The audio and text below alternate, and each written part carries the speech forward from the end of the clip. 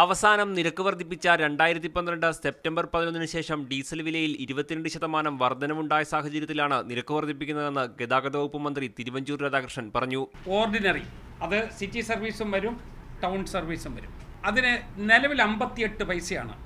അത് 6 പൈസ വർദ്ധിപ്പിച്ച് 64 പൈസയാക്കി. മിനിമം ചാർജ് 1 രൂപ വർധനവുണ്ടാക്കി.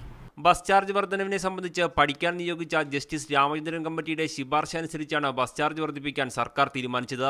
10% വർധനവാണ് ഓരോ വിഭാഗത്തിലും ഉണ്ടായിരിക്കുന്നത്. ഓർഡിനറി ബസ്സുകളുടെയും സിറ്റി ഫാസ്റ്റ് ബസ്സുകളുടെയും മിനിമം ചാർജ് 6 രൂപയിൽ നിന്ന് 7 രൂപയായും ഫാസ്റ്റ് പാസഞ്ചർ ബസ്സുകളുടേത് 8 രൂപയിൽ നിന്നും 10 രൂപയായും വർദ്ധിപ്പിച്ചു. സൂപ്പർ ഫാസ്റ്റുകളുടേത് 12 രൂപയിൽ നിന്ന് 14 രൂപയായും സൂപ്പർ എക്സ്പ്രസുകളുടേത് 17 നിന്ന് 20 രൂപയായും സൂപ്പർ ഡീലക്സുകളുടേത് 20 നിന്ന് 28 രൂപയായും വർദ്ധിച്ചു. പുതുതായി നിരത്തിലിറങ്ങിയ KSRTC മൾട്ടി ആക്സിൽ സർവീസുകളുടെ മിനിമം ചാർജ് 70 രൂപയായി നിജപ്പെടുത്തി. കിലോമീറ്റർ ചാർജിൽ 6 പൈസ മുതലുള്ള വർധനവാണ് ഉണ്ടായിരിക്കുന്നത്.